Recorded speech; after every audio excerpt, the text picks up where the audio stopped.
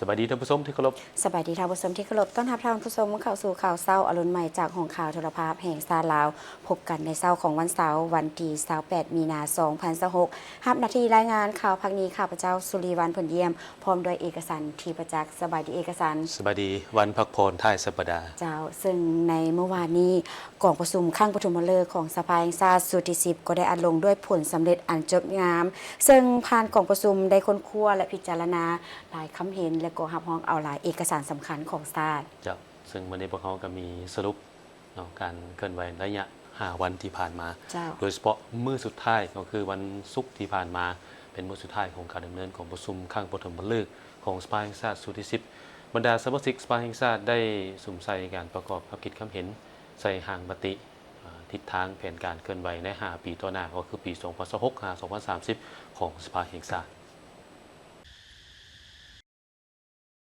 ในวันที่27มีนาเป็นมื้อสุดท้ายของการดำเนินของประชุมครั้งปฐมฤกษ์สภาแห่งชาติที่10โดยการเป็นประธานของท่านชัชชุมพรภูมิหารประธานสภาแห่งชาติก่อนจะห้องเอาหางมติเกี่ยวกับแผนการเคลื่อนไหวเวียกงาน5ปีต่อหน้าสภาแห่งชาติแผนการเคลื่อนไหวและปรับปรุงกฎหมายบรรดาสมาชิกสภาแห่งชาติได้สืบต่อประกอบคำเห็นเข้าใส่หางมติโดยรวมแล้วบรรดาสมาชิกสภาแห่งชาติแม่นเห็นดีนำหางมติทั้ง2ฉบับที่ได้มีการหางขึ้นมาโดยชมเชยต่อผลงานของบรรดาสมาชิกสภาแห่งชาติผ่านมาที่สามารถจะตั้งปฏิบัติเวียกงานแต่ศูนย์กลางจุดฮอดท้องถิ่นเกี่ยวกับเวียกงานสภาแห่งชาติก็คือการสร้างและปรับปรุงบรรดากฎหมายที่ได้วางไว้ใน5ปีผ่านมาแต่เห็นว่ายังมีบางด้านที่ยังบ่ทันจะตั้งปฏิบัติได้ดีเท่าที่ควรตามที่วางไว้โดยเสนอให้สภาแห่งชาติชุดที่10สืบต่อจะตั้งปฏิบัติแผน5ปีต่อหน้ามาฮอดปัจจุบันสามารถสร้างกฎหมายได้170กว่าฉบับแต่เห็นว่าบางบรรดากฎหมายที่ถือคำครองไปแล้วนั้นยังมีหลายแขนงการบ่ทันจะตั้งปฏิบัติได้ดีเท่าที่ควรนำใช้กฎหมายเข้าในการจะตั้งปฏิบัติโดยเฉพาะแม้นยังมีช่องว่างสวยใช้เป็นเครื่องมือเพื่อหาผลประโยชน์ฉะนั้นเสนอให้สภาแห่งชาติชุดนี้ค้นคว้าและจะตั้งปฏิบัติอย่างเข้มงวดซึ่งอยู่ในนี้จุดการสร้างและปรับปรุงกฎหมายสุดนี้ข้าพเจ้าสนับสนุนเห็นว่าอยู่ในนี้มีการที่จะสร้างกฎหมายว่าด้วยการโฆษณาเผยแพร่แต่มาเบิ่งการจัดเรียงเข้าอยู่ในกองประชุมไม่เห็นว่ายังอยู่ไกลฉะนั้นขอให้ยับเข้ามาไกลได้บ่อาจจะเป็น3,200หรือว่า3,300เพื่ออย่างเพื่อว่าเราจะได้รับใช้ให้แก่การ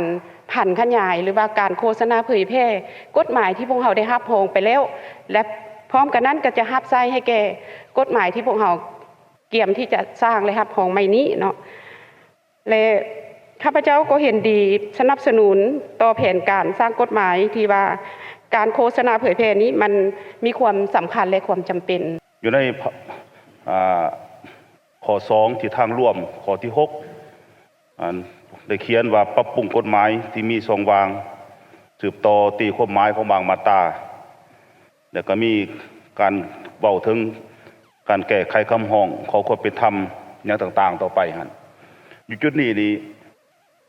ตามที่ข้าพเจ้าได้เฮ็ดเวียกอยู่ท้องถิ่นนี่ปรากฏว่า2แขนงการโดยเฉพาะแม่นศาลและอัยการประชาชนนี่มีความขัดข้องแล้วก็มีความว่าสนใจหลายว่าศาลตัดสินใส่ได้เด็ดขาดแล้วเป็นหยังสภาแห่งชาติสภาประชาชนแข็งจึงรับมาคำร้องอันนี้มาพิจารณาตื้มดังนั้นอยู่ในจุดนี้ขอให้ถ้าว่าเปลี่ยนมีการปรับปรุงใดก็เสนอปรับปรุงอันใดอันศาลตัดสินใส่ได้เด็ดขาดแล้วบ่ควรมีศาลต่อไปอีกสำหรับกฎหมายฉบับปรับปรุงนี้ก็อยากให้มีนิติกรรมที่รัดกุมโดยเฉพาะในการประเมินนี่เนาะบางกฎหมายนี่เสนอปรับปรุงนี่หลายครั้งเนาะแล้วอยู่ในบางคงเขตนี่ก็แม่นเสนอปรับปรุงหลายในสุดนี้แล้วก็มีกฎหมายจำนวนนึงที่เฮาไปแล้วนี่ก็ปรับปรุงเรื่อยเนาะฉะนั้นข้าพเจ้าเสนอตึมว่าเฮาควรมีนิติกรรมที่รัดกุมว่าการประเมินก่อนจะเสนอเข้ามาปรับปรุงนี้เฮาควรมีการประเมินจักครั้งเนาะแล้วว่าแต่ละการประเมินนี้แล้วมันจะถือว่าเฮาจะให้มีจักมาตรายิ่งจะต้องอนุมัติให้มีการเสนอในการปรับปรุงถ้าว่ามันจำนวนมาตรามันน้อยเนาะมาตรา1 2มาตราเฮาอาจจะออกเสนอเป็นนิติกรรมโครงสร้างนี่กับพื้นฐานนี่ก็เห็นว่าได้มีการปรับปรุงแล้วเนาะโดยเฉพาะได้มีการซับซ้อนจัดวางหัวข้อเข้าตื้มเนาะแต่ถึงนั้นก็ตามเนาะก็ยังเห็นว่าบางหัวข้อก็ยังมีลักษณะที่บ่ทันได้ กลุ่มเกี่ยวกันเนาะระหว่างพรรค1พรรค2อันนี้ขอเสนอทางคณะพิจารณาได้เบิ่งตื่นเพราะการเรียงลำดับในพรรค1เขาเรียงแนวใดพรรค2เขาก็ต้องเรียงแนวนั้นเนาะอันนี้มันเป็นโลจิกโดยเฉพาะเรื่องโครงสร้างนี่เนาะก็สำคัญก็แม่นพื้นฐานพวกเขามีบ่อนอิงเนาะจึงในระยะผ่านมาเนาะเกี่ยวกับการสร้างแผนพัฒนาเนาะก็คือแผนพัฒนาสิทธิสังคมก็คือแผนของคะแนนการส่วนทางมติฮับฮ้องเอาทิศทางแผนการเคลื่อนไหวเวียกงาน5 ปี 2026-2030 ของสภาแห่งชาติสุดที่10ที่ได้มีการกำหนดเอา9ทิศทางรวม5เวียกงาน5แผนการและ25โครงการตามบทรายงานของคณะประจำสภาแห่งชาติเพื่อให้ประกันการจัดตั้งปฏิบัติสิทธิและหน้าที่ของสภาแห่งชาติตามรัฐธรรมนูญและกฎหมายกำหนดไว้นั้นเฮ็ดให้ทิศทางแผนการดังกล่าวได้รับการจัดตั้งปฏิบัติมีผลสำเร็จเป็นรูปธรรมกองประชุมเสนอให้เอาใจใส่บางเวียกงานที่สำคัญเป็นต้นยกสูงคุณภาพและประสิทธิผลในการสร้างและปรับปรุงกฎหมายให้มีความสอดคล้องกับแนวทางนโยบายของพรรคและสภาพการพัฒนาเศรษฐกิจสังคมในระยะใหม่และมีความยืนยงสู่สนสร้างและปรับปรุงกฎหมายให้ได้ทั้งหมด91ฉบับในนั้นกฎหมายสร้างใหม่19ฉบับและกฎหมายฉบับปรับปรุง72ฉบับโดยเอาการสร้างและปรับปรุงกฎหมายให้ไปตามขั้นตอนและวิธีการนำเอาหางกฎหมายไปทาบทามประเมินอย่างกว้างขวางแพทย์ถึงเป้าหมายตัวจริงค้นคว้าพิจารณาให้สัตยาบันแก่สนธิสัญญาต่างๆค้นคว้าตีความหมายอธิบายรัฐธรรมนูญกฎหมายโฆษณาเผยแพร่กฎหมายพลบทบาทสิทธิและหน้าที่ของสภาแห่งชาติให้กว้างขวางลึกซึ้งโดยหลายรูปการหลายช่องทางสุขยุภาคส่วนที่เกี่ยวข้องในการผันขยายแนวใน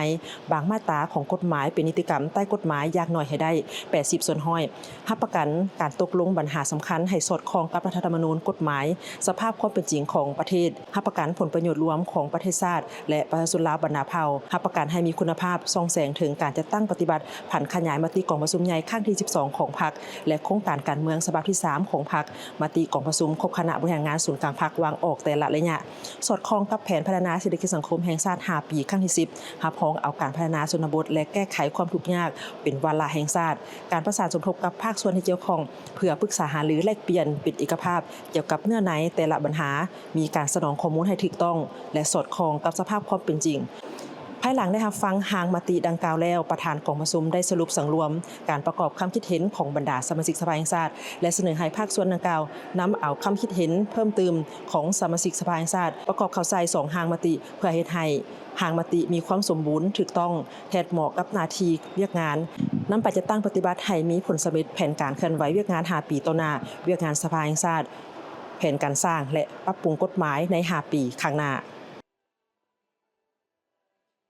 กองประชุมข้างปฐมฤกษ์ของสภาแห่งชาติสุดที่10ได้อัดลงด้วยผลสำเร็จอันจบงามซึ่งที่กองประชุมได้ผ่านค้นคว้าพิจารณาประกอบคำคิดเห็นและหับห้องเอาหลายปัญหาสำคัญของชาติโดยเฉพาะเป็นการลงคะแนนเสียงเลือกตั้งเอาประธานรองประธานสภาแห่งชาติสุดที่10ลงคะแนนเสียงเลือกเอาประธานประเทศรองประธานประเทศลงคะแนนเสียงเลือกเอานายกรัฐมนตรีและรองนายกรัฐมนตรี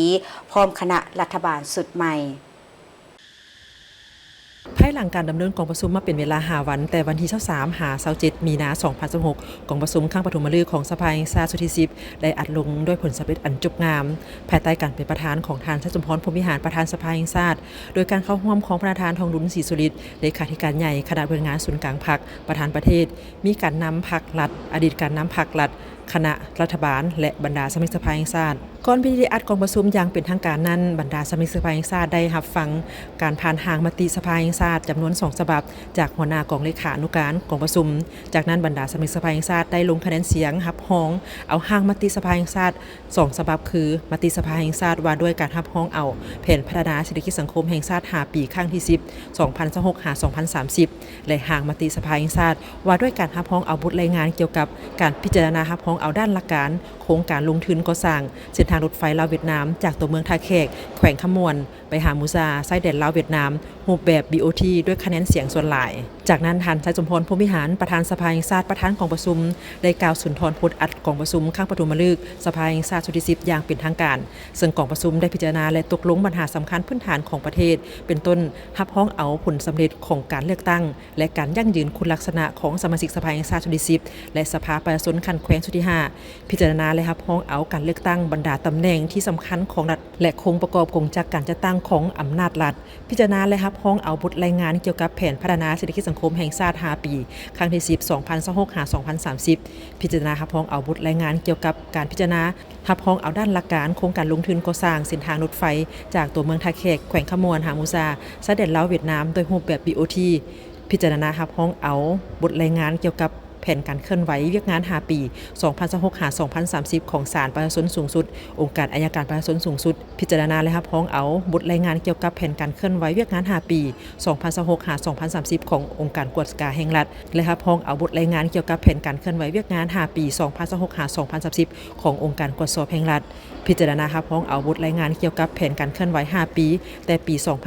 2026-2030 ของสภาแห่งชาติสุดที่10และรับรองเอาบทรายงานเกี่ยวกับแผนการสร้างและปรับปรุงกฎหมาย5ปี 2026-2030 ของสภาแห่งชาติสุดที่10รับรองเอาการแต่งตั้งสมาชิกสภาผู้พิพากษาศาลประชาชนสูงสุดกองประชุมครั้งปฐมฤกษ์ของสภาแห่งชาติสุดที่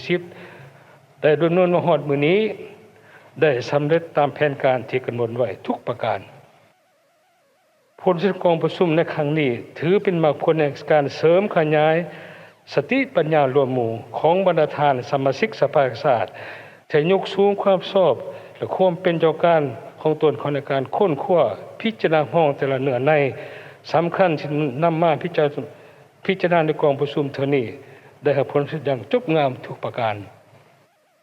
กองประชุมครั้งปฐมฤกษ์ของสภาแห่งชาติสุดที่10ได้สำเร็จลงแล้ว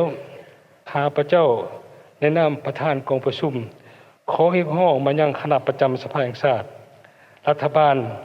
ศาลประชาชนสูงสุดองค์การอัยการประชาชนสูงสุดองค์การกวดการแห่งรัฐองค์การกวดสอบแห่งรัฐศูนย์การเล่าสังชาติ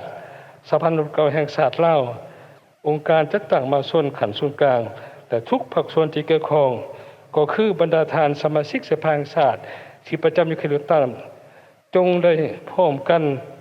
ค้นคว้าพันขยายตามพระบทบาทของภายลาวให้ทั่วถึงในครั้งนี้เรียกร้องมายังทุกแขนงการองค์การปกครองท้องถิ่นทุกขั้นประชาชนลาวบรรดาเผ่าทุกภาคส่วนที่กิจจงให้การร่วมมือเป็นเจ้าการเข้าร่วมปฏิบัติมติกองประชุมสภาแห่งชาติให้เกิดดอกออกผลเป็นจริงขึ้นในโอกาสอันสง่าราศีนี้ข้าพเจ้าในนามประธานกองประชุมขอประกาศปิดกองประชุมครั้งปฐมฤกษ์ของสภาแห่งชาติสุดที่10อย่างเป็นทางการนับแต่นี้เป็นต้นไปข้าพเจ้าขอขอบใจ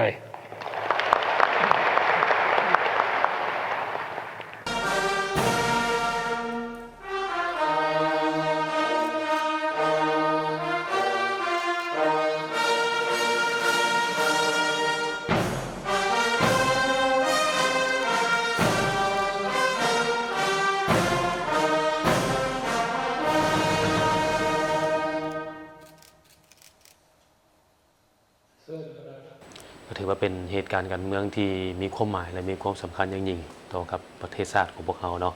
ภายหลังที่ได้สำเร็จของประชุมครั้งปฐมฤกษ์ของสภาแห่งชาติสุดที่10ท่านหัวหน้าห้องว่าการสภาแห่งชาติก็ได้แถลงผลสำเร็จของกองประชุมดังกล่าวภายหลังสำเร็จการดำเนินกองประชุมสภาแห่งชาติสุดที่10ในวันที่27มีนาคม2026ท่านนางอำไพวรล้อมบุญแพงกรรมการคณะประจำสภาแห่งชาติหัวหน้ากองเลขานุการของกองประชุมสภาแห่งชาติได้แถลงข่าวต่อสื่อมวลชนเกี่ยวกับผลสำเร็จการดำเนินกองประชุมครั้งปฐมฤกษ์ของสภาแห่งชาติสุดที่10ซึ่งท่านได้ให้รู้ว่ากองประชุมครั้งนี้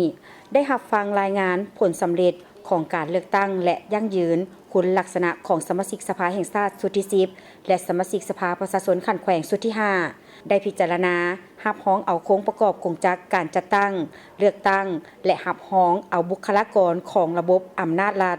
ได้พิจารณารับรองเอาแผนพัฒนาเศรษฐกิจสังคมแห่งชาติ5ปีครั้งที่10ของรัฐบาลรับรองเอาโครงการลงทุนก่อสร้างทางรถไฟจากตัวเมืองท่าแขกแขวงขมวนหามูยาสายแดนลาวเวียดนามโดยรูปแบบ BOT รับรองเอาแผนการเคลื่อนไหวเวียกงาน5ปี 2026-2030 ของศาลประชาชนสูงสุดองค์การอัยการประชาชนสูงสุดองค์การกวดการแห่งรัฐและองค์การตรวจสอบแห่งรัฐ หับห้องเอาแผนการเคลื่อนไหวเวียกงาน5 ปี 2026-2030 ของสภาแห่งชาติแผนการสร้างและปรับปรุงกฎหมาย5 ปี 2026-2030 ของสภาแห่งชาติสุดที่10พร้อมนี้กองประชุมได้พิจารณาหับห้องเอาการแต่งตั้งสมาชิกสภาผู้พิพากษาของศาลประชาชนสูงสุดกองประชุมได้พิจารณารับรองเอาปัญหาสำคัญพื้นฐานของประเทศชาติตามรัฐธรรมนูญและกฎหมายมีดังนี้ 1. กองประชุมได้รับฟังการรายงานผลสำเร็จการเลือกตั้งและการยั่งยืนคุณลักษณะของสมาชิกสภาแห่งชาติชุดที่10และสมาชิกสภาประชาชนขันแขวงชุดที่5การเลือกตั้งได้ดำเนินในวันที่22 กุมภาพันธ์ 2026ผ่านมาโดยมีผู้ได้รับการเลือกตั้งเป็นสมาชิกสภาแห่งชาติชุดที่10จำนวนทั้งหมด175ฐานในนั้นมีเพศหญิง52ฐานรวมเอา 29.71% และมีผู้ได้รับการเลือกตั้งเป็นสมาชิกสภาประชาชนขันแขวงชุดที่5จำนวนทั้งหมด745ฐานในนั้นมีเพศหญิง211ฐานรวมเอา 28.32% กองประชุมได้รับรองเอาผลการเลือกตั้งดังกล่าวอย่างเป็นเอกสาร 2. กองประชุมได้พิจารณารับรองเอาโครงประกอบกงจักรการจัดตั้งการเลือกตั้งและรับรองเอาบุคลากรสำคัญขันยุทธศาสตร์โดยเลือกตั้งเอาฐานไสสมพรพรหมวิหารเป็นประธานสภาแห่งชาติสุดที่10ฐานนางสุนทรไสยจักรฐานกองแก้วไสสงครามฐานวิไลวงศ์บุตรดาคำและฐานมอนไซลาวโมทรงเป็นห้องประธานสภาแห่งชาติและกรรมการคณะประจำสภาแห่งชาติจำนวน6ฐานยิ่ง2ฐานรับรองเอากงจักรของสภาแห่งชาติประกอบมี5กรรมาธิการและห้องว่าการสภาแห่งชาติเลือกตั้งเอาฐานทองรุ่นศรีสุริตเป็นประธานประเทศฐานนางเวียงทองศรีพันดรเป็นห้องประธานประเทศเลือกตั้งเอาฐานซ้อนไซศรีพันดรเป็นนายกรัฐมนตรีรับรองเอาการเสนอแต่งตั้งฐานเสลิมไซกรมสิทธิ์ฐานคำพันธ์พรหมทัตฐานทองสลิดมังโนเมกฐานพลเอกคำเลียงอุทไกรสอนฐานสันติภาพพลวิหารและฐานทองสวรรค์พรหมวิหารเป็นห้องนายกรัฐมนตรีและรับรองเอากงจักรของรัฐบาลประกอบมี13กระทรวง2องค์การเทียบเท่าและรับรองเอาการแต่งตั้งสมาชิกรัฐบาลจำนวน17ฐานยิ่ง3ฐานรับรองเอาการเลือกตั้งฐานไพวีศรีบุริภาเป็นประธานศาลประชาชนสูงสุดฐานพลจัตวานางลีวงลาวลีเป็นหัวหน้าองค์การอัยการประชาชนสูงสุดฐานวันไส้ฟองสวรรค์เป็นประธานองค์การกวดกาแห่งรัฐและฐานเบียงทวีสอนเทพจันทร์เป็นประธานองค์การกวดสอบแห่งรัฐ 3. กองประชุมได้พิจารณารับรองเอาแผนพัฒนาเศรษฐกิจสังคมแห่งชาติ5 ปีครั้งที่10ของรัฐบาลรับรองเอาโครงการลงทุนก่อสร้างเส้นทางรถไฟจากตัวเมืองท่าแขกแขวงคำมวนหามูยาชายแดนลาวเวียดนามโดยรูปแบบ BOT รับรองเอาแผนการเคลื่อนไหวเวียกงาน5 ปี 2026-2030 ของศาลประชาชนสูงสุดองค์การอัยการประชาชนสูงสุดองค์การกวดกาแห่งรัฐและองค์การกวดสอบแห่งรัฐรับรองเอาแผนการเคลื่อนไหวเวียกงาน5 ปี 2026-2030 ของสภาแห่งชาติแผนการสร้างและปรับปรุงกฎหมาย5 ปีของสภาแห่งชาติสุดที่10พร้อมกันนี้กองประชุมได้พิจารณารับรองเอาการแต่งตั้งสมาชิกสภาผู้พิพากษาของศาลประชาชนสูงสุดซึ่งประกอบมีจำนวน15ฐานยิ่ง3ฐาน 4. กองประชุมได้พิจารณารับรองและออกเป็นมติกองประชุมสภาแห่งชาติจำนวนทั้งหมด20ฉบับคือ 1. มติว่าโดยการรับรองเอาการเลือกตั้งประธานสภาแห่งชาติสุดที่10 2. มติว่าโดยการรับรองเอาการเลือกตั้งห้องประธานสภาแห่งชาติและกรรมการคณะประจำสภาแห่งชาติสุดที่10 3. มติว่าโดยการรับรองเอาโครงประกอบกงจักรของสภาแห่งชาติสุดที่10การแต่งตั้งประธานกรรมาธิการและหัวหน้าห้องว่าการสภาแห่งชาติสุดที่10 4. มติว่าโดยการรับรองเอาการเลือกตั้งประธานประเทศ 5. มติว่าโดยการรับรองเอาการเลือกตั้งห้องประธานประเทศ 6. มติว่าโดยการรับรองเอาการเลือกตั้งนายกรัฐมนตรี 7. มติว่าโดยการรับรองเอาโครงประกอบกองจักรของรัฐบาลการแต่งตั้งรองนายกรัฐมนตรีและสมาชิกรัฐบาลสุดที่ 10 8. มติว่าโดยการรับรองเอาการเลือกตั้งประธานศาลประชาชนสูงสุด 9. มติว่าโดยการรับรองเอาการเลือกตั้งหัวหน้าองค์การอัยการประชาชนสูงสุด 10. มติว่าโดยการรับรองเอาการเลือกตั้งประธานองค์การกวดกาแห่งรัฐ 11. มติว่าโดยการรับรองเอาการเลือกตั้งประธานองค์การกวดสอบแห่งรัฐ 12. มติว่าโดยการรับรองเอาการเลือกตั้งสมาชิกสภาผู้พิพากษาของศาลประชาชนสูงสุด 13. มติว่าโดยการรับรองเอาแผนการเคลื่อนไหวเวียกงาน5 ปี 2026-2030 ของศาลประชาชนสูงสุด 14. มติว่าโดยการรับรองเอาแผนการเคลื่อนไหวเวียกงาน5 ปี 2026-2030 ขององค์การอัยการประชาชนสูงสุด 15. มติว่าโดยการรับรองเอาการเคลื่อนไหวเวียกงาน5 ปี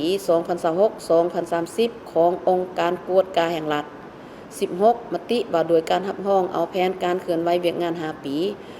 2026-2030 ขององค์การกวดสอบแห่งรัฐ 17. มติว่าโดยการรับรองเอาแผนการเคลื่อนไหวเวียกงาน5 ปี 2026-2030 ของสภาแห่งชาติสุดที่ 10 18. มติว่าโดยการรับรองเอาแผนการสร้างและปรับปรุงกฎหมาย5 ปี 2026-2030 ของสภาแห่งชาติสุดที่ 10 19. มติว่าโดยการรับรองเอาแผนพัฒนาเศรษฐกิจสังคมแห่งชาติ5 ปีครั้งที่ 10 2026-2030 ของรัฐบาล 20. มติว่าโดยการรับรองเอาบทรายงานเกี่ยวกับการพิจารณารับรองเอาด้านหลักการโครงการลงทุนก่อสร้างทางรถไฟแต่ตัวเมืองท่าแขกแขวงขมวนฮามูยาชายแดนลาวเวียดนามโดยรูปแบบ BOT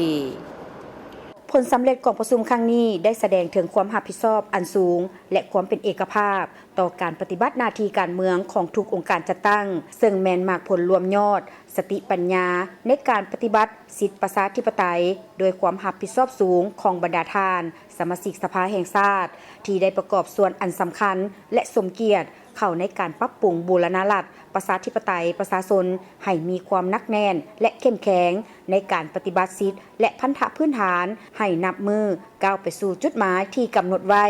ท่านยังได้แสดงความขอบใจมายังบรรดาท่านที่ได้เอาใจใส่ประกอบส่วนและติดตามการดำเนินกองประชุมครั้งปฐมฤกษ์ของสภาแห่งชาติสุดที่ 10 ครั้งนี้วันที่16 มีนาผ่านมาคณะกวดกาศูนย์กลางพรรคองค์การกวดกาแห่งรัฐได้จัดพิธีประกาศการยกย้ายและออกพักการรับผู้หนุนบำนาญของพนักงานนำพาคุ้มครอง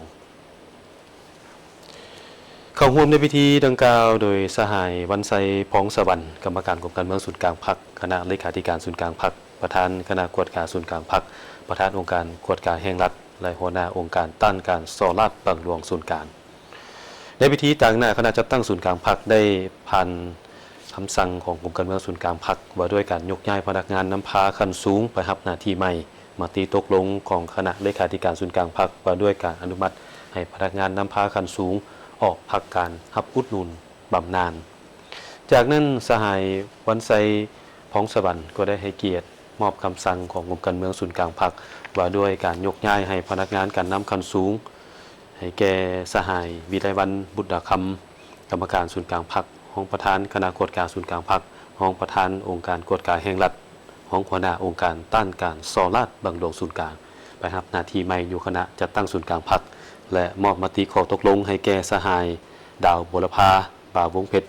ห้องประธานคณะกวดกาศูนย์กลางพรรคห้องประธานองค์การกวดกาแห่งรัฐห้องหัวหน้าองค์การต้านการส่อราษฎร์บังหลวงศูนย์กลางและสหายไซคำอุ่นมิไซห้องประธานคณะกวดกาศูนย์กลางพรรคห้องประธานองค์การกวดกาแห่งรัฐห้องหัวหน้าองค์การต้านการส่อราษฎร์บังหลวงศูนย์กลางออกพักการรับอุดหนุนบำนาญพร้อมนั้นก็มีคณะกรมอีกจำนวนหนึ่งออกพักการรับอุดหนุนบำนาญโอกาสนี้สหายวันไซพ้องสวรรค์ได้ให้เกียรติมีคำเห็นโอลมและแสดงความย่องยอสมเสยต่อสหายที่ถูกยกย้ายและบรรดาสหายที่ได้ออกพักการรับอุดหนุนบำนาญการยกย้ายแม่นหลักการกลไกหนึ่งในการซับซ้อนหมุนเวียนพนักงาน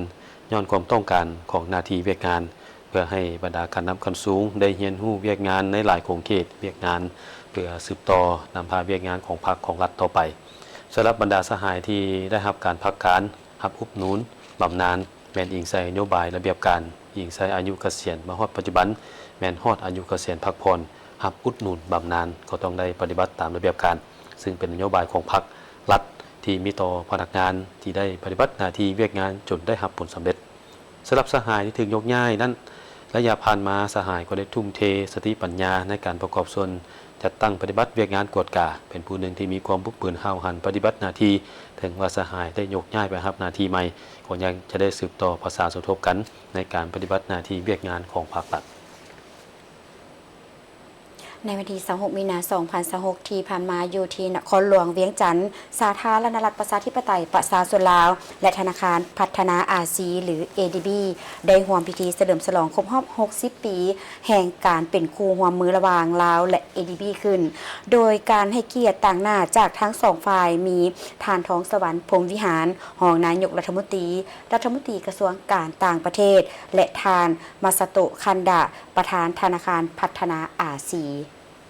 มือระหว่างสาธารณรัฐประชาธิปไตยประชาชนลาวในวันที่26 มีนาคม 2026 อยู่นครหลวงเวียงจันทร์สาธารณรัฐประชาธิปไตยประชาชนลาวและธนาคารพัฒนาอาซีหรือ ADB ได้ร่วมกันจัดพิธีเฉลิมฉลองครบรอบ 60 ปีแห่งการเป็นคู่ร่วมมือระหว่างลาวและ ADB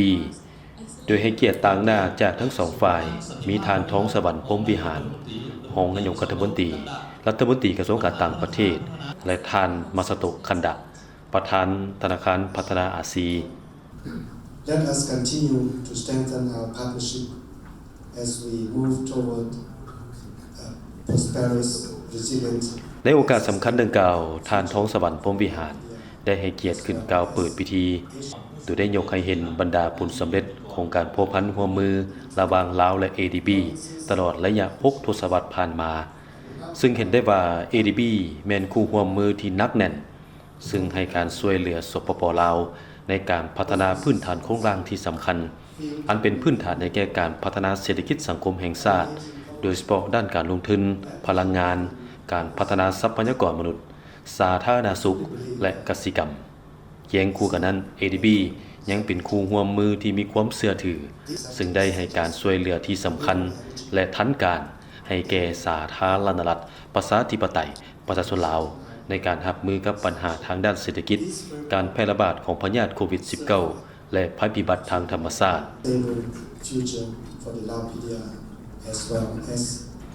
ท่านท้องสวรรค์พรหมวิหาร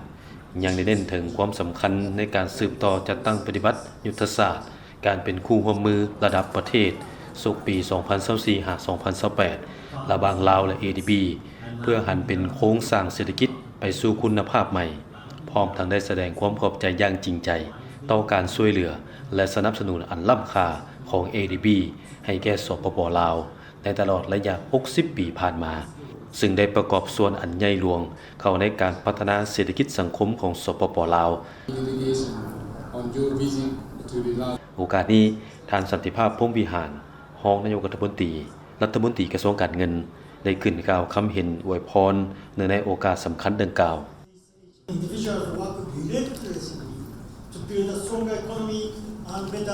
ส่วนท่านประธาน ADB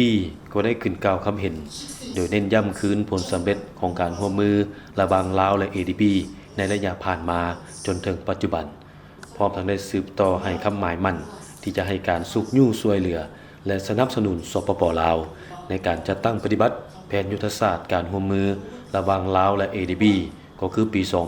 2024-2028 ให้เป็นรูปธรรมขึ้นเทื่อละก้าวในใส่ประกอบส่วนเข้าในการสุขยู่การจัดตั้งปฏิบัติแผนพัฒนาเศรษฐกิจสังคมแห่งชาติครั้งที่ 10 คือปี 2026-2030 ของสปป.ลาวก็คือการหลุดพ้นออกจากสถานภาพประเทศด้อยพัฒนาในปี 2026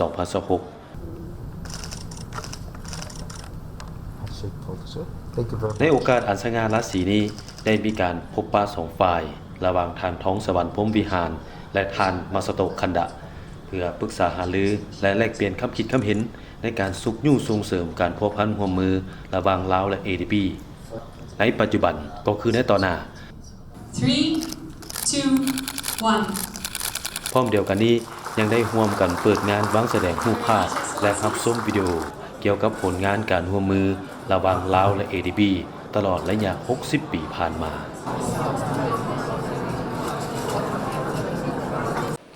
ได้มีกองประชุมคนขั้วแก้ไข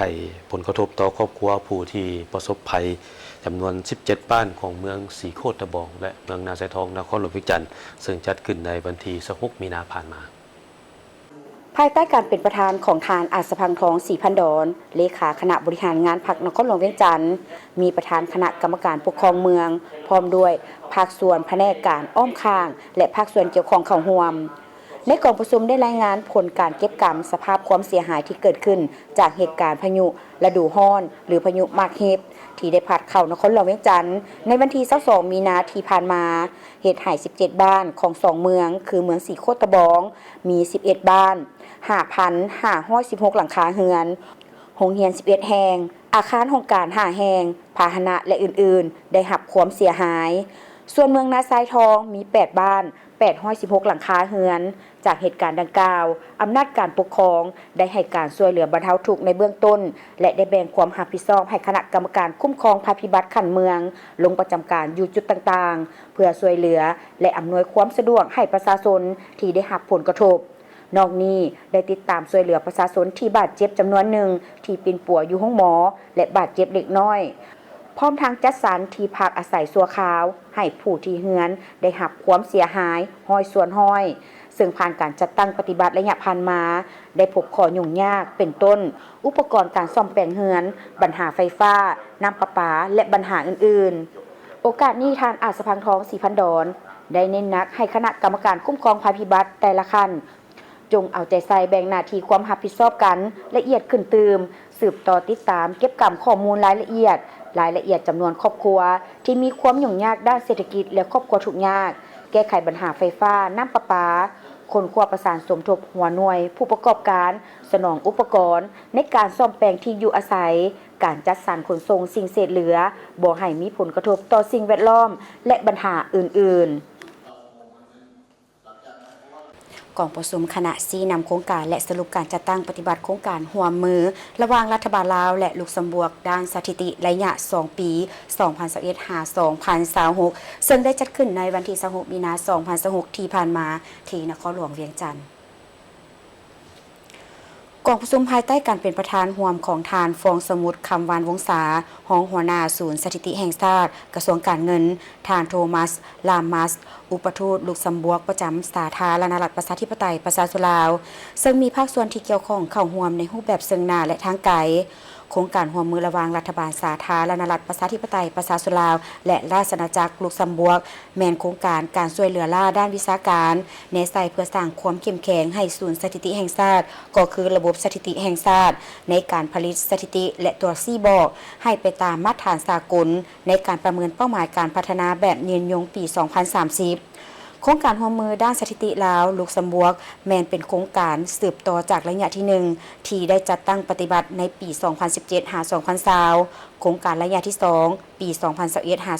2021-2026 รัฐบาลลาวและลุกเซมเบิร์กได้เน้นถึงผลสำเร็จอันแข็งแรงและผลกระทบที่ยืนยงจากการร่วมมือด้านสถิติโดยเป็นการหมายถึงการสำเร็จของระยะที่2ของโครงการร่วมมือด้านสถิติการร่วมมือแบบใกล้ชิดในระดับสถาบันระหว่างศูนย์สถิติแห่งชาติและสถาบันสถิติแห่งชาติของลุกเซมเบิร์กโดยมีการสนับสนุนด้านการดำเนินงานจากที่ปรึกษาโกปาการร่วมมือระหว่างรัฐบาลลาวและลุกเซมเบิร์กด้านสถิติระยะ2ได้ดำเนินการแต่งตั้งแต่ขออภัยท่านผู้ชมได้ดำเนินการจัดตั้งแต่เดือนพฤศจิกายน 2021 หาเดือนมีนาคม 2026 และได้ส่งเสริมอย่างสำคัญให้แก่ศูนย์สถิติแห่งชาติและระบบสถิติแห่งชาติด้วยงบประมาณ2 ล้านกว่ายูโรและอัตราการดำเนินงานบรรลุ 99.8 ส่วนห้อยของโครงการได้สำเร็จไปแล้ว 93 ส่วนห้อยของผลผลิตที่วางแผนไว้ซึ่งเฮ็ดให้สาธารณรัฐประชาธิปไตยประชาชนลาวสามารถขยายการนำใช้ข้อมูลด้านสิ่งแวดล้อมแหล่งข้อมูลใหม่ๆได้ถูกพัฒนาขึ้นรวมทั้งการสำรวจการจัดการขี้เหงื่อของครัวเรือนในระดับชาติเทือทับอิฐและการเสริมสร้างระบบการเก็บกำข้อมูลทางบริหารและอื่นๆ สถานทูตญี่ปุ่นประจำลาวได้จัดงานปริญญาเรื่องราวที่น่าสนใจเกี่ยวกับอาหารญี่ปุ่นซึ่งเป็นขีดหมายสำคัญในการแลกเปลี่ยนทางด้านวัฒนธรรมทางอาหารระหว่างลาวและญี่ปุ่นงานดังกล่าวได้จัดขึ้นวันที่25มีนาคม 2026 อยู่นครหลวงเวียงจันทน์โดยมีท่านโคอิชิมิ ชุโตมุ เอกอัครราชทูตญี่ปุ่นประจำลาวท่านฮิโรโตชิ โองาวะผู้อำนวยการต่างหน้าสมาคมซูชิโดพร้อมด้วยแขกตึกเซินเข้าร่วมท่านฮิโรโตชิ โองาวะหรือที่ทั่วโลกรู้จักกันดีในนามซูชิซามูไรเป็นผู้เชี่ยวชาญซูชิระดับสูงและอาจารย์แนวหน้าในการแข่งขันซูชิระดับโลกเพิ่นได้เดินทางไปหลายกว่า50ประเทศทั่วโลกในฐานะทูตทางวัฒนธรรมเพื่อรับประกันว่าเทคนิคที่แท้จริงและมาตรฐานความปลอดภัยของอาหารญี่ปุ่นจะได้รับการอนุรักษ์ไว้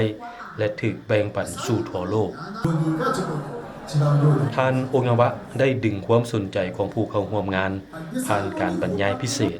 ซึ่งแสดงให้เห็นถึงเทคนิคความเชี่ยวชาญพร้อมกับปรัชญาอันเต็มไปด้วยจิตวิญญาณของการรับต้อนแบบญี่ปุ่นและความลับที่อยู่เบื้องหลังความแซ่บซ้อยของอาหารญี่ปุ่น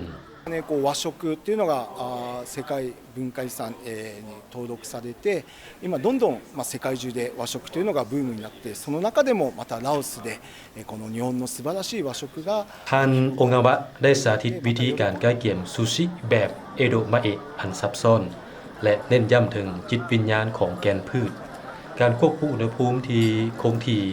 เพื่อการได้มาซึ่งรสชาติดั้งเดิมการบรรยายของเพิ่นได้เจาะลึกเข้าไปสู่ประวัติความเป็นมาของซูชิและวิวัฒนาการอันนำไปสู่ปรากฏการณ์ทั่วโลกพวกเขายังมีข่าวท้องถิ่นอีกจำนวนหนึ่งที่น่าสนใจมานำเสนอมาต่อที่พิธีประกาศสารตั้งตาแสงไสเจริญเมืองปากสันแขวงบริคำไสภายใต้การเป็นประธานของท่านแสงอรุณแสงอภรณ์กรรมการพรรคแขวงเลขาคณะบริหารงานพรรคเมืองปากสันให้เกียรติเข้าร่วมของท่านสมใจคุณพไสกรรมการประจำพรรคแขวงห้องประธานคณะกรรมการปกครองแขวงบริคำไสมีคณะสุขยุสร้างตังตาแสงคันแขวงเมืองอำนาจการปกครองบ้านแขกทึกเซินเข้าร่วมตาแสงใส่เจริญขึ้นกับเมืองปากสันแขวงบริคำไสมีนาทีทั้งหมด21,313 กิโลเมตรรวมมี20ชุมชนคือชุมชนห้วยเสียดอนุสรณ์ไสพลไสเหนือสนาไสโฮงไสทุ่งน้อยทุ่งใหญ่นาจิกห่างสิงสว่างกวยอุดมน้ำเงียบศรีวิไลมีไสศรีมงคลโพสีโพไสปากสันสวนสวรรค์ศรีสะอาดปากปึงกวมเอา3กลุ่มบ้านคือกลุ่มบ้านเทศบาล1มี10ชุมชนกลุ่มบ้านเทศบาล2มี7ชุมชนกลุ่มบ้านกวยอุดมมี3ชุมชนมีพลเมืองทั้งหมด 25,688 คนหญิง 13,200 คนมีครอบครัวทั้งหมด 5,100 ครอบครัวอาชีพของประชาชนส่วนหลายแม่นดำเนินธุรกิจค้าขายการบริการทำการผลิตปลูกฝังเลี้ยงสัตว์จุดประสงค์ของการสร้างตาแสงแม่นเป็นการผันขยายนิติกรรมของคันเทิงเพื่อเปิดกว้างให้ประชาชนได้เข้าถึงการบริการของภาครัฐที่ได้รวมศูนย์บรรดานาเวียกจากแขนงการต่างๆอยู่ภายในเมืองลงสู่ตาแสงและทางเป็นการยกสูงทางด้านการเฮ็ดเวียกให้ได้รับคุณภาพมีความเชื่อมั่นสะดวกว่องไวโปร่งใสยุติธรรมรับประกันให้ขอบเขตพื้นที่ดังกล่าวได้รับการพัฒนาพื้นฐานของล่าง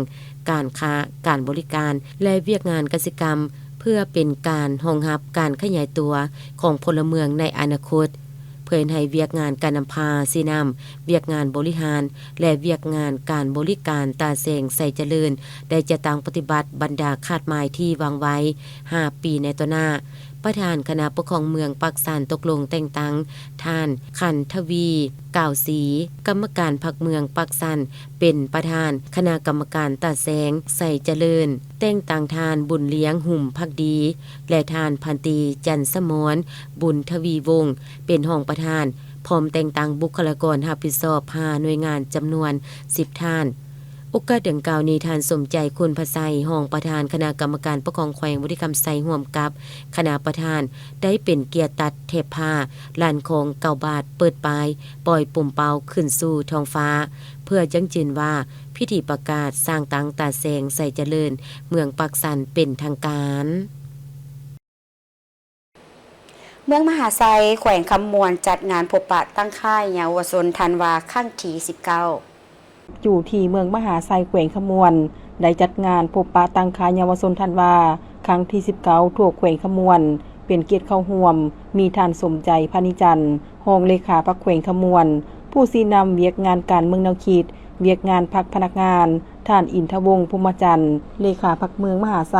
ท่านทองสนิทเพ่งภักดีรองหัวหน้ากลุ่มเยาวชนศูนย์กลางสาวหนุ่มประชาชนปฏิวัติลาวมีแขกถึกเชิญจากภาคส่วนต่างๆคันแขวงคันเมืองคณะนำและเยาวชนธันวาที่มาจาก10ตัวเมืองในทั่วแขวงเข้าร่วมท่านอินทวงศ์ภูมิจันทร์ได้มีคำเห็นในโอกาสกล่าวเปิดงานในครั้งนี้ก็เพื่อเป็นการศึกษาอบรมกองสร้างเยาวชนหุ่นคนสืบทอดของพรรคอย่างรอบด้านโดยการสร้างเงื่อนไขในการปลูกจิตสำนึกให้เขาเจ้าฮู้จักในการทำเฮียนหักประเทศชาติหักบ้านเกิดเมืองโนนของตนเองฮู้จักอนุรักษ์และรักษาฮิโกประเพณีวัฒนธรรมอดีงามของชาติก็คือของท้องถิ่นนอกนี้ยังเป็นการปลูกจิตสำนึกให้เยาวชนอนุชนได้ฮู้รักษามูลเชื้อประวัติศาสตร์ของชาติมูลเชื้อดังกล่าวเห็นได้จากคำสั่งสอนของท่านผู้นำที่ว่า6หัก3สั่งและเนื้อในโคแข่งขัน3ดี4ฮู้ของเยาวชนธันวาเข้าใจถึงการปกปักรักษาสิ่งแวดล้อมและทรัพยากรธรรมชาติให้ยืนยงคงตัวอยู่กับคนเฮาตลอดไป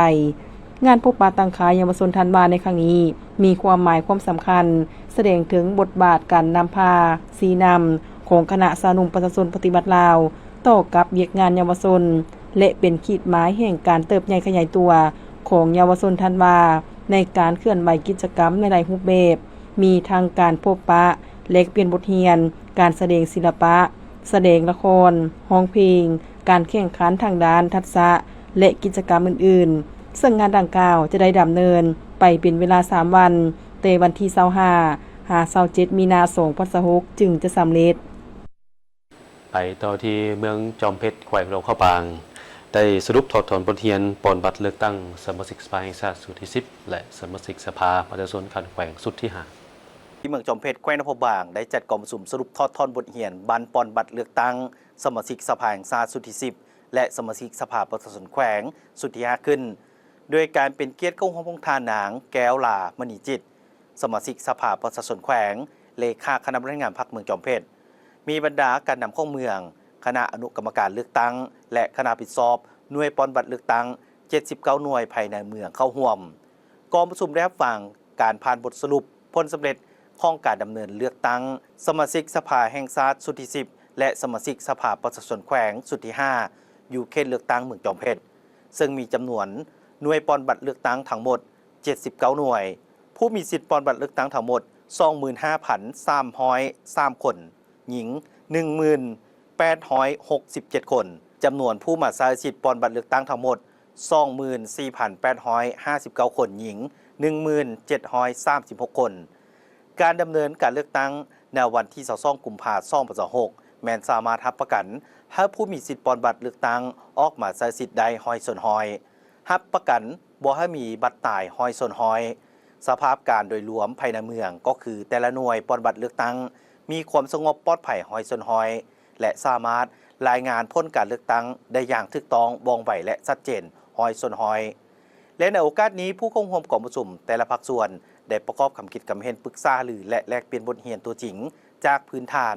ปัญหาที่พบพอและวิธีแก้ไขเพื่อสร้างความเป็นเอกภาพในการจัดตั้งปฏิบัติเพียรงานตัวจริงโอกาสเดียวกันยังได้ฟังการผ่านห่างข้อตกลงของประธานคณะกรรมการปกครองเมืองจอมเพชรบริการแต่งตั้งคณะผิดชอบซีนำรวมและอนุกรรมการจัดงานบุญปีใหม่ลาวพ.ศ. 2569ข้อตกลงว่าด้วยการแต่งตั้งคณะผิดชอบลงกฎการสถานที่สร้างห้องการตาแสงภายในเมืองจอมเพชรและผ่านคำแนะนำเกี่ยวกับการสร้างตั้งตาแสงฉบับเลขที่431ลงวันที่17ตุลาคม2025แจ้งการฉบับเลขที่199ลงวันที่18ธันวาคม2025และ ข้อตกลงว่าด้วยการแต่งตั้งข้าราชการชี้นำการจัดตั้งตาแสงและกองเลขาช่วยเวียกงานตื่มอีกไปต่อที่พิธีประกาศสร้างตั้งตาแสงบุงค่าเมืองสนะสมบูรณ์แขวงจำปาสักโดยการเป็นประธานของฐานพิมพรพันดานุวงศ์คณะประจำพรรคแขวงห้องประธานคณะกรรมการปกครองแขวงจำปาสักผู้สินำเวียกงานหอบด่านของเมืองสนะสมบูรณ์ฐานคำศรีลิ้นสวัสดิ์กรรมการพรรคแขวงเลขาคณะบริหารงานพรรคเมืองสนะสมบูรณ์มีแขกเชิญจากแผนกการออมขางแขวงห้องการออมขางเมืององค์การปกครองบ้านและพ่อแม่ประชาชนเขาร่วมทานอำไซพรมณีห้องเลขาพรรคเมืองประธานคณะกรรมการปกครองเมืองรายงานให้ฮู้ว่าสำนักงานคณะกรรมการปกครองตาแสงบุงคะตั้งอยู่บ้านบุงคะเมืองสนะสมบูรณ์แขวงจำปาสักห่างจากเทศบาลแขวงจำปาสัก30กิโลเมตรและห่างจากเทศบาลของเมืองสนะสมบูรณ์12กิโลเมตรมีพลเมืองทั้งหมด 24,730 คนประกอบมี12บ้านที่ขึ้นกับบ้านนาแก้วบ้านบุงคะบ้านออกเมืองบ้านห้วยย่างบ้านน้องเมกบ้านสิงสัมพันธ์บ้านสุระบ้านหน้าหลงบ้านดงล้านค่ำบ้านโซโลน้อยบ้านโซโลใหญ่บ้านเดือจากนั้นกองประชุม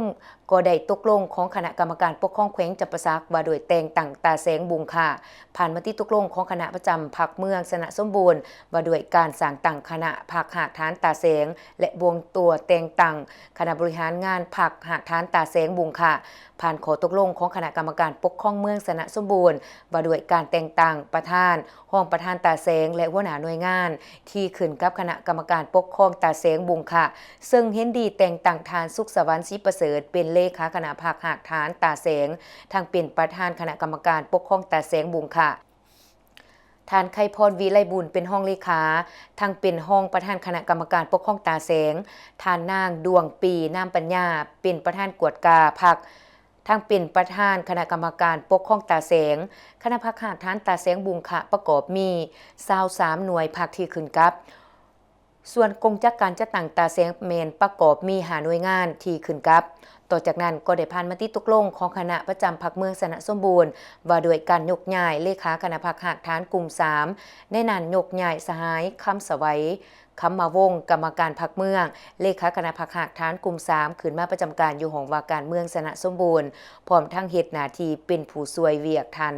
เลขาพรรคเมืองในพิธีอันมีความหมายความสำคัญดังกล่าวทานพิมพรพันดานุวงศ์ห้องประธานคณะกรรมการปกครองแขวงจำปาสักให้เกียรติมีคำเห็นโอลมเพื่อเป็นทิศทางให้แก่คณะกรรมการปกครองตาแสงบุงค่ะเพื่อนำไปพันขยายจัดตั้งปฏิบัติเวียกงานตัวจริงให้เกิดผลประโยชน์พร้อมนี้ยังได้มอบเงินและอุปกรณ์หับใส่ให้แก่คณะกรรมการปกครองตาแสงเซ็นรถจักร1คันคอมพิวเตอร์ปรินเตอร์และให้เกียรติร่วมเปิดป้ายและลั่นของ9 บาทเพื่อเป็นนิมิตหมายที่ดีในการประกาศสั่งตั้งตาแสงบุงค่ะของเมืองสนะสมบูรณ์เติมอีกแผนกสาธารณสุขของแขวงเสกองได้สรุปผลการจัดตั้งปฏิบัติกิจกรรมประจำปี 2025 ของโครงการสร้างความเข้มแข็งด้านการบริการรักษาสุขภาพและการพัฒนาชุมชนแบบมีส่วนร่วมที่แผนกสาธารณสุขแขวงเสกอง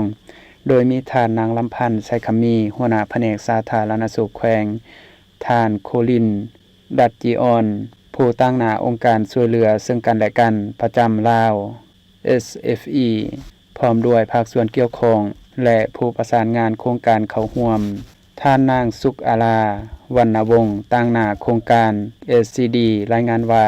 โครงการสร้างความเข้มแข็งด้านการบริการรักษาสุขภาพและการพัฒนาชุมชนแบบมีส่วนร่วมหรือ HSCD มีระยะเวลาจัดตั้งปฏิบัติ3ปีแต่เดือนเมษายน 2024 5 มีนาคม 2027 เป็นหนึ่งในโครงการที่ได้รับการสนับสนุนให้ทุนจากองค์การจัดตั้งสากล INGO ก็คือองค์การช่วยเหลือซึ่งกันและกัน SFE มีงบประมาณนำใส่ 525,641 ดอลลาร์สหรัฐเพื่อรับประกันการมีสุขภาพที่ดีและส่งเสริมชีวิตการเป็นอยู่ที่ดีของประชาชนแขวงเสกองให้ดีขึ้นด้วยการบริการรักษาสุขภาพที่ดีขึ้นกว่าเก่าการบริการรักษาสุขภาพขั้นพื้นฐานและรักษาสุขภาพของประชาชนในเขตชนบทได้รับการปรับปรุง8บ้านในแขวงเสกองและการบริการรักษาสุขภาพได้รับการปรับปรุงในโรงหมอแขวงโรงหมอเมือง3แห่ง และสุขศาลาเป่าไม้ซึ่ง1 ปีผ่านมามีผลสำเร็จการจัดตั้งปฏิบัติบรรดากิจกรรมเป็นอย่างดีโดยเฉพาะผลได้รับที่1มี9กิจกรรมย่อยคือฝึกอบรมด้านการพยาบาลทั่วไปให้แก่พยาบาลอยู่ในโรงหมอเมืองและสุขศาลาฝึกอบรมการรักษาสุขภาพก่อนเกิดการถือผ้าที่มีความเสี่ยงสูงและหลังเกิดให้แก่พนักงานแพทย์หมออยู่ในโรงหมอเมืองและสุขศาลาเป่าไม้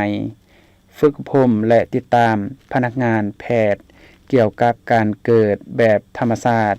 และสุขเสริญอยู่ในโรงหมอเมืองและสุขศาลาจัดตั้งปฏิบัติและติดตามสุขโยระบบคุ้มครองอยู่ในโรงหมอเมืองฝึกอบรมด้านวิชาการและวิธีการสอนเพื่อเพิ่มความอาจสามารถในการถ่ายทอดความรู้ให้แก่ทีมงานครูฝึกอบรมระยะสั้นและระยะยาวสำหรับพนักงานแพทย์เพื่อเสริมสร้างความรู้และทักษะของเขาเจ้าสร้างแขนงตัวแบบในการควบคุมการติดเชื้อ IC ภายในโรงหมอแขวงสนองอุปกรณ์การแพทย์ที่จำเป็นและการปรับปรุงขนาดน้อยให้สถานที่บริการรักษาสุขภาพอิงตามความจำเป็นรวมทั้งห้องน้ำที่คนพิการเข้าถึงได้และสุขโยแม่ถือพาให้มีการฝากท้องเพื่อติดตามและให้กำเนิดอยู่สถานที่บริการรักษาสุขภาพที่มีอุปกรณ์พื้นฐานสำหรับการบริการหลังเกิดผลได้รับ2มี9กิจกรรมและผลได้รับ3แม่นประชาชนในบรรดาบ้านเป้าหมาย